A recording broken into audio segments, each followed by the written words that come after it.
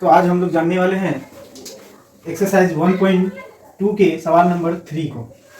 चलिए, तो अब हम लोग जो है सवाल में आगे बढ़ते हैं और सवाल क्या कह रहा है उसको जानते हैं। तो देखिए, आपको सवाल कह रहा है कि अभाज्य गुणनखंड विधि यानी फैक्टर निकालना है। अभाज्य गुणनखंड विधि द्वारा एचसीएफ और एलसीएम क्या करना है, ज्ञात करना है यानी निकालना है। किसका? तो ये जो संख्या दिया हुआ है उसका एचसीएफ और एलसीएम निकालना है। कौन सा विधि से? अभाज्य गुणनखंड विधि से। तो सबसे पहले हम लोग क्या करेंगे, जो पहला संख्या दिया हुआ है 12, तो हम लोग क्या करेंगे कि 12 का क्या करेंगे, अभाज्य गुणनखंड निकालेंगे। तो अभाज्य गुणनखंड कैसे निकलता है, तो साइड में आपको लिख देना है 12 और इसका एलसीएम निकाल देना है। 2 से कटेगा 2 छक्के 12, फिर 2 से कटेगा 2 तिया 6 और फिर 3 से कटेगा 3 एकम 3, यानी 12 का जो अभाज्य गुणनखंड आया वो क्या आया, 2 गुने 2 गुने 3, यानी 2 की पावर 2 और गुना 3 आ गया। अभी क्या है, दूसरा संख्या है 15। तो अब हम लोग क्या करेंगे, 15 का भी अभाज्य गुणनखंड निकालेंगे। तो 15 किससे कटेगा, 15 3 से कट रहा है, 3 पचे 15 और 5 एकम 5, यानी 15 का अभाज्य गुणनखंड कितना निकला, तो लिखेंगे हम लोग यहाँ पे 15 बराबर 15 का अभाज्य गुणनखंड 3 और 5 निकला, तो लिख देंगे 3 गुने 5। अब देखिए, पहला संख्या दूसरा संख्या हो गया, अब तीसरा संख्या भी दिया हुआ है यानी 21 21। तो 21 का भी अब हम लोग क्या निकालेंगे, फैक्टर निकालेंगे। तो ये भी 3 से कट रहा है, 3 सत्ते 21 और 7 अभाज्य संख्या है तो 7 से ही कटेगा एक बार में। चलिए, तो 1 हम 7, यानी इसका क्या आ गया फैक्टर 21 का, 21 का फैक्टर यानी अभाज्य गुणनखंड आ गया 3 गुना 7 आ गया। ठीक है, अब देखिए ध्यान से, इसमें 3 है, इसमें भी 3 है, इसमें भी 3 है, ये कॉमन आ गया। तो एचसीएफ क्या हो गया 3, क्योंकि ये तीनों में है। और देखिए 2 तो सिर्फ इसी में और किसी में नहीं है, यानी एचसीएफ निकल गया। अब इसी विधि से हम लोग को एलसीएम कैसे निकालना है, तो देखिए एलसीएम बराबर, तो देखिए जो है जितना भी संख्या रहेगा, जैसे 2 पे पावर 2 है यानी 2 गुना 2 लिख देंगे। और देखिए यहाँ 3 है 3 है 3 है तो कॉमन है, सब में है तो 1 और 3 लिख देंगे। अब देखिए इसमें 5 है तो 5 हो जाएगा और इसमें 7 है तो 7 हो जाएगा। अब गुना कर लीजिए, 2 दूनी 4, 4 तिया 12, 12 पंचे 60 और 60 को 7 से गुना कीजिए तो 7 छक्के कितना होता है 42, 0 है तो 0, यानी 400 कितना हो गया 20 हो गया। तो ये आपका हो गया एलसीएम और ये आपका हो गया एचसीएफ। ठीक है, सवाल नंबर 2। तो क्या कह रहा है कि 17 23 और 29 का एचसीएफ और एलसीएम निकालना है। एचसीएफ और क्या निकालना है, एलसीएम निकालना है, लेकिन विधि कौन सा होना चाहिए, अभाज्य गुणनखंड विधि। तो हम लोग जानते हैं अभाज्य गुणनखंड विधि क्या। 17 का क्या निकालेंगे, पहले फैक्टर निकालेंगे। तो 17 बराबर, अब इधर हम लोग क्या निकालेंगे, फैक्टर। तो 17 क्या अभाज्य संख्या है, यानी ये खुद से कटेगा 17 से, तो 17 का बार में 17 कितना बार में आता है, एक बार में। चलिए, तो 17 का फैक्टर क्या निकला, 17 और 1 निकल गया, तो हो जाएगा 17 गुना 1। फिर अब हम लोग किसका फैक्टर निकालेंगे, 23 का, तो लिखेंगे 23 बराबर, तो 23 का भी हम लोग फैक्टर निकालते हैं। तो 23 भी क्या है, अभाज्य संख्या है, तो ये भी 23 से कटेगा, तो 23 का टेबल में 23 वन बार में आ गया, यानी 23 का भी फैक्टर क्या हो गया 23 गुना 1। अब क्या है, देखिए अब हम लोग 29 का फैक्टर निकालते हैं, यानी 29 का अभाज्य गुणनखंड निकालेंगे। तो देखिए 29 भी क्या है हमारा, 29 भी अभाज्य संख्या है, यानी ये भी खुद से कटेगा। तो 29 का 12 में 29 एक बार में आएगा। तो चलिए, अब 29 का फैक्टर क्या निकला 29 गुना 1। तो अब हम लोग क्या लिख देंगे, इसीलिए HCF बराबर क्या आ जाएगा, देखिए कॉमन क्या आ रहा है, कॉमन सिर्फ तीनों में क्या आ रहा है, 1 आ रहा है, तो 1 आपका क्या हो जाएगा HCF हो जाएगा। अब हम लोग क्या निकालेंगे, एलसीएम निकालेंगे। तो चलिए लिखिए एलसीएम बराबर, तो देखिए क्या है, 1 तो लिखेंगे नहीं क्योंकि 1 से किसी चीज को गुना कीजिएगा तो वही हो जाएगा। तो क्या आ जाएगा, तीनों को गुना कर देंगे, बचा 17 23 और 29, 17 गुने 23 गुना क्या हो जाएगा 29। अब 17 को हम लोग क्या करते हैं 23 से गुना करते हैं, तो साइड में करते गुना, 17 गुना क्या 23 23 गुना कीजिए, 7 कितना हो गया 21, 21 का 1 हो गया, हाथ में बच गया 2 और 3 एकम क्या हो गया 3 और हाथ में 2 था तो 3 2 5 हो गया, 1 अंक खत्म। तो 1 अंक के नीचे गुना का निशान दीजिए। देखिए फिर 2 का पारा 7 बार पढ़िए, 7 दूनी 14, 14 की कितना हो गया 4, हाथ में बचा 1। अब 2 का पारा 1 बार पढ़िए तो 2 और हाथ में 1 था तो कितना हो गया 2 1 3 हो गया। अब जोड़िए 1 है तो 1, 5 4 9 और 3 है तो 3, कितना हो गया 391। तो जब 17 को 23 से गुना किए तो 391 हो गया। अब इसको कितना से गुना करना है, इस दोनों को गुना किए 391 हुआ, तो इसको फिर 29 से गुना करना है, तो इसको 29 से गुना कीजिए। अब देखिए 9 का पहाड़ा एक बार पढ़िए तो 9 एकम 9, फिर 9 का पहाड़ा 9 बार पढ़िए तो 9 9 81, 81 का कितना हो जाएगा, एक हाथ में कितना बचेगा 8, फिर 9 तिया कितना हो जाएगा, 9 तिया 27, 27 और 8 कितना हो जाएगा 35, तो लास्ट में 35 का क्या लिख देंगे 35, एक अंक खत्म, तो एक अंक के नीचे गुना का निशान। अब 2 से 1 का पारा पढ़िए, 2 से 1 का पारा पढ़े तो 2 आ जाएगा, यानी 2 का पारा एक बार पढ़े 2 आया, फिर 2 का पारा 9 बार पढ़िए, 2 9 18, 18 के 8, हाथ में बचा कितना 1, फिर 2 तिया 6 और हाथ में 1 था तो 7।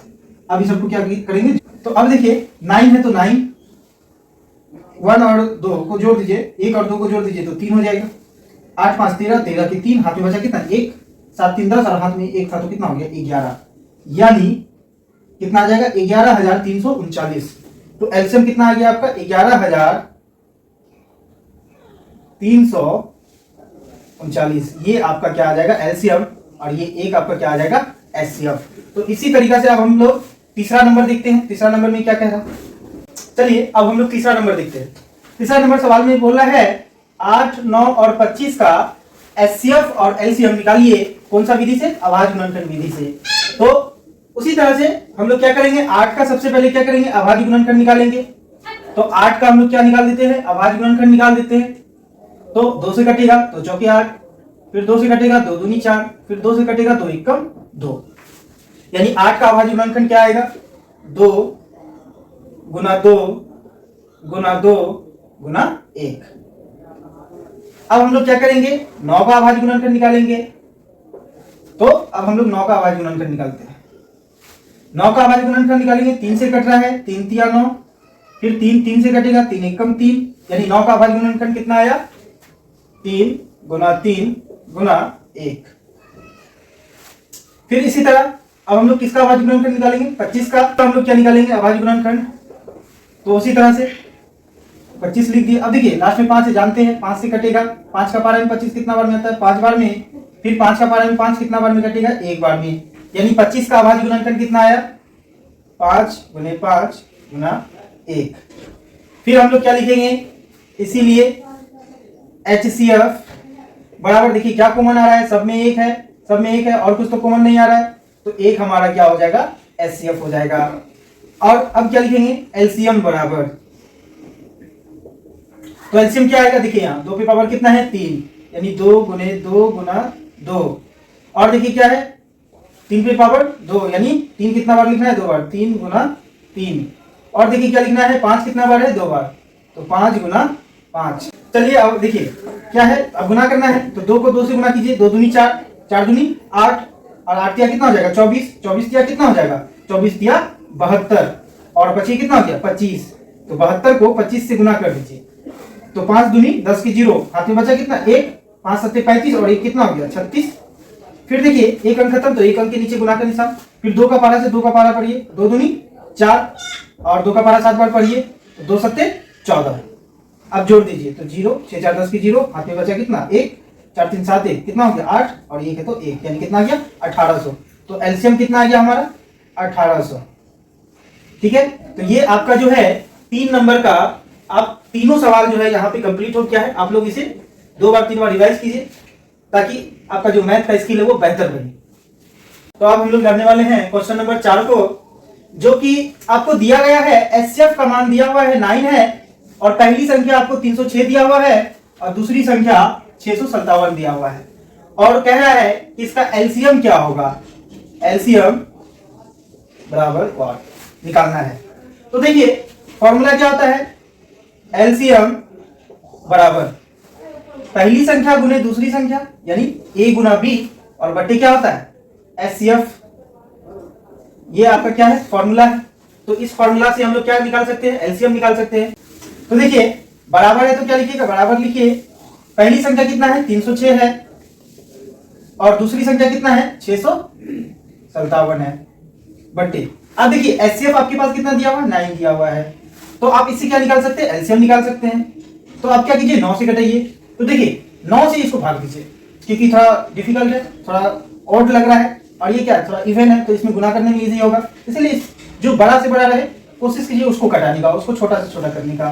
तो 9 से घटाइए तो 9 एकम 9 हो गया, और इसमें घटाइए तो देखिए 9 का पारा में तो 65 आता नहीं है, तो इससे कम कितना आ जाएगा, तो 9 सती कितना होता है 63, 9 सती कितना हुआ 63, तो यहाँ आपके पास कितना था 65 था, 9 सती कितना आया 63 आया, तो बचा कितना यहाँ पे 2, और बगल में कितना है आपका 7।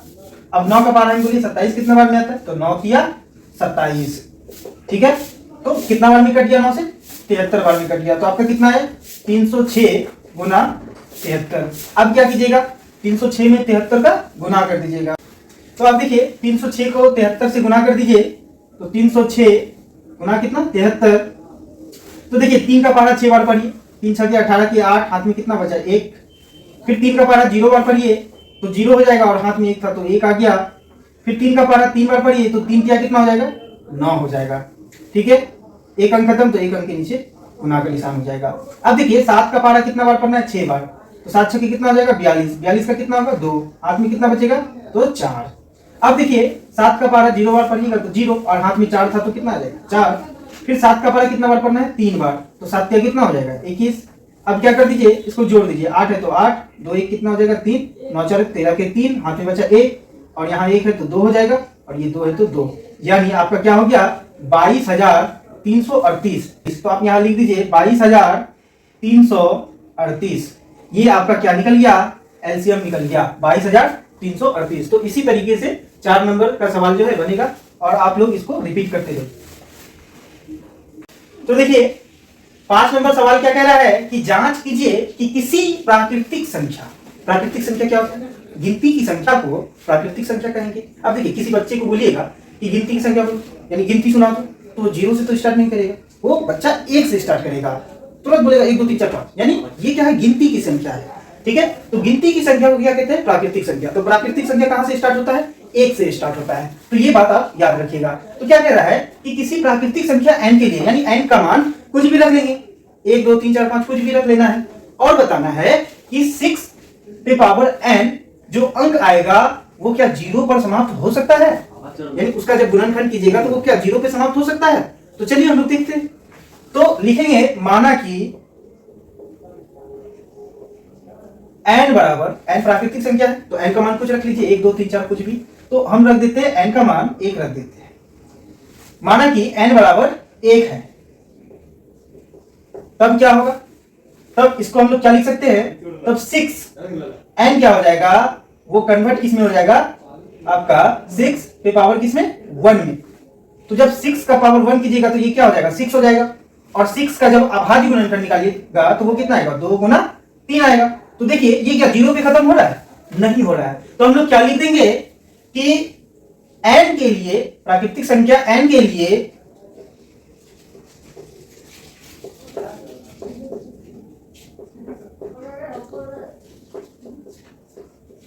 प्राकृतिक संख्या n के लिए 6 पे पावर n अंक 0 पर यानी 0 पर समाप्त नहीं हो सकती है, नहीं हो सकती है।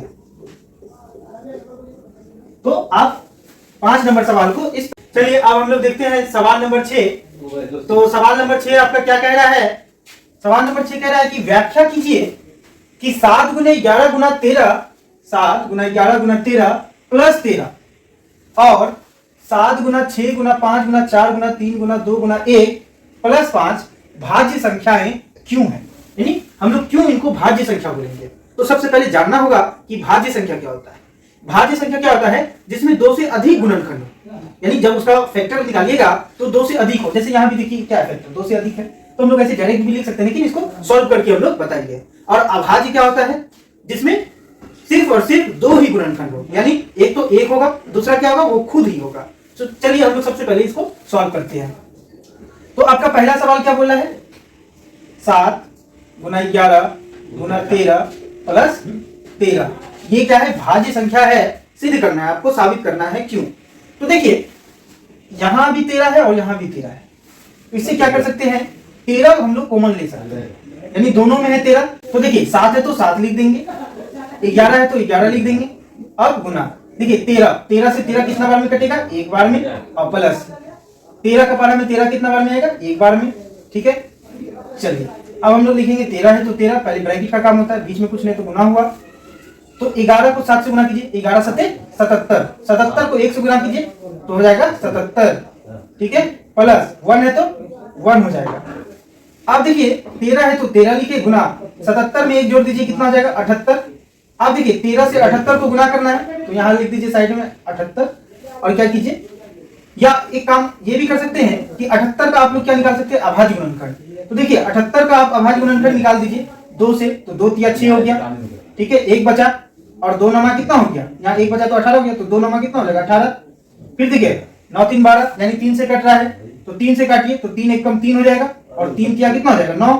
फिर 13 हम लोग जानते हैं अभाज्य संख्या, तो खुद 13 से ही कटेगा, तो 13 से 13 कितना बार में कटा, एक बार में, यानी 78 को हम लोग क्या लिख सकते हैं 2 गुना 3 गुना 13, तो 13 गुना 2 गुना 3 गुना 13। तो देखिए इसमें कितना फैक्टर है, इसमें अभाज्य गुणनखंड कितना है 1 2 3 4, यानी 2 से अधिक है, तो हम लोग लिखेंगे चूंकि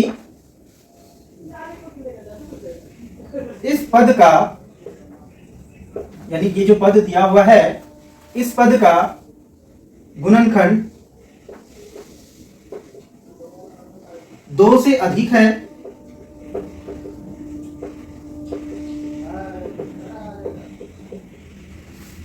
इसीलिए जो आपको सवाल दिया गया है 7 गुना 11 गुना 13 प्लस 13 एक भाज्य संख्या है,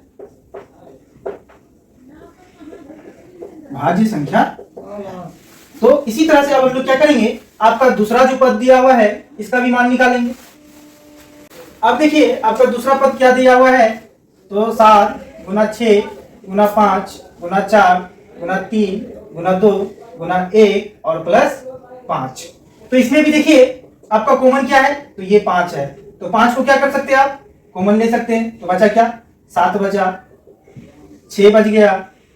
अब देखिए 5 का पारा में 5 कट जाएगा, यानी कॉमन लिए हैं तो 1 आ जाएगा, फिर गुना 4 आ जाएगा, 3 है तो 3 आ जाएगा, 2 है तो 2 आ जाएगा, गुना 1 है तो 1 आ जाएगा। अब देखिए प्लस 5 का पारा में 5 कितना बार में आएगा, 1 बार में आएगा। चलिए फिर पहले ब्रैकेट का काम होता है, तो ब्रैकेट का काम कीजिए, तो देखिए 7 छक्के 42। अब 42 को क्या करते हैं 4 से गुना करते हैं, तो 42 को अगर 4 से गुना कीजिएगा तो 4 दूनी 8 और 4 चौके कितना हो गया 16, 168।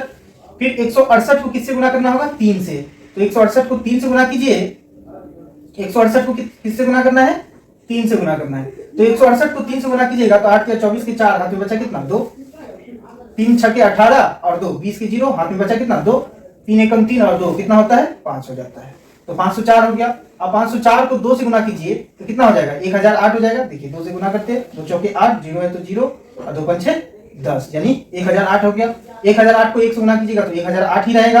अब प्लस कितना है इसमें, प्लस 1 है तो कितना हो जाएगा 1009 हो जाएगा। तो देखिए अब हम लोग 1009 का क्या करेंगे, अभाज्य गुणनखंड निकालेंगे। तो देखिए 1009 जो है ये अभाज्य संख्या है, तो ये खुद से कटेगा। 1009 से कितना बार में, एक बार में कट गया, यानी 1009 को 1009 गुना 1 तो लिख सकते हैं, तो क्या आ गया 5 गुने 1009 और गुना कितना 1 लिख सकते हैं। तो इसमें भी क्या है 2 से अधिक इसका जो है गुणनखंड है, तो हम लोग अब लिखेंगे चूंकि इस पद में, ये जो पद है इसमें 2 से अधिक, 2 से अधिक अभाज्य गुणनखंड है,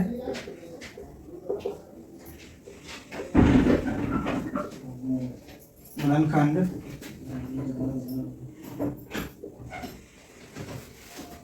है, इसीलिए आपका जो पद था क्या था, इसीलिए 7 गुने 6 गुने 5 गुने 4 गुने 3 गुने 2 गुना 1 और प्लस कितना है 5 एक क्या है, एक भाज्य संख्या है।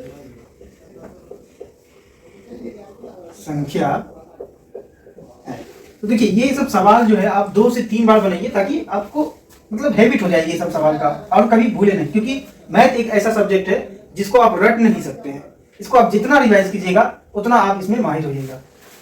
तो चलिए अब हम लोग क्वेश्चन नंबर 7 देखते हैं क्या कह रहा है। बोला किसी खेल के मैदान के चारों ओर एक वृत्ताकार पथ है, यानी खेल का मैदान है और उसके चारों ओर क्या कर दिया है, वृत्ताकार पथ दे दिया है। ठीक है, यानी मैदान भी अब कैसा हो गया, वृत्त के आकार का हो गया। ठीक है, अब इसमें क्या कह रहा है कि सोनिया जो है एक स्टार्ट है, मान लीजिए ये स्टार्टिंग पॉइंट है, यहां से ये दौड़ती है तो फिर पुनः जो है दौड़ते दौड़ते जब यहाँ आकर के रुकती है तो वो एक चक्कर लगाने में 18 मिनट लगाती है। कितना मिनट, 18 मिनट लगाती है।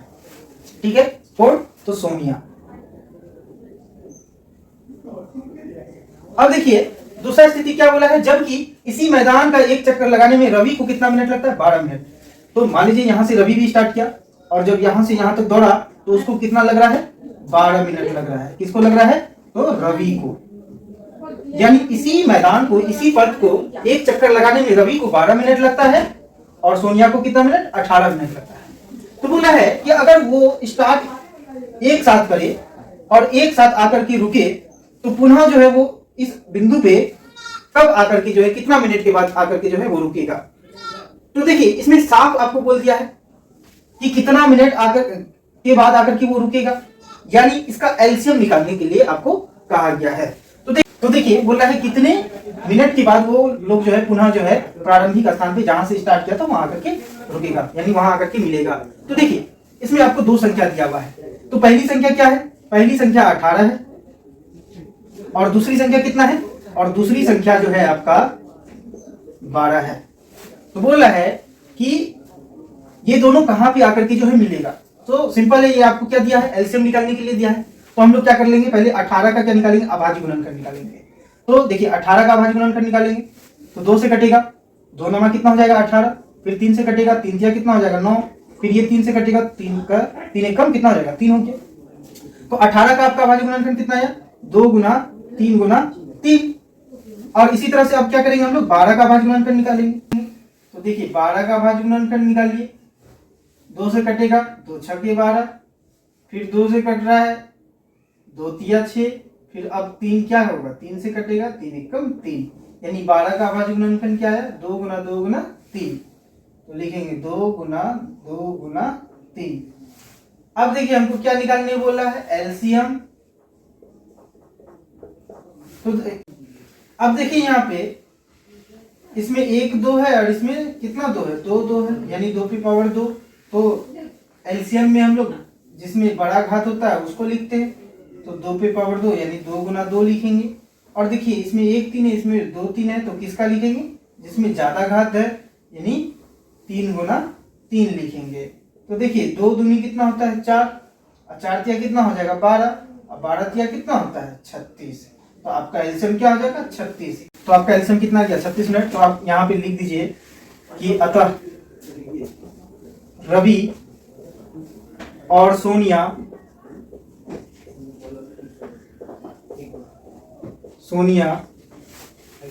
पुनः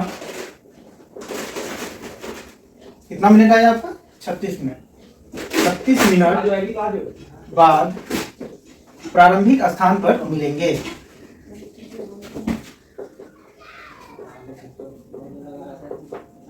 स्थान पर मिलेंगे। तो आपका जो है 1.2 पूरा कंप्लीट हो गया है। तो आप इस एक्सरसाइज को कम से कम 2 से 3 बार जो है रिपीट कीजिए।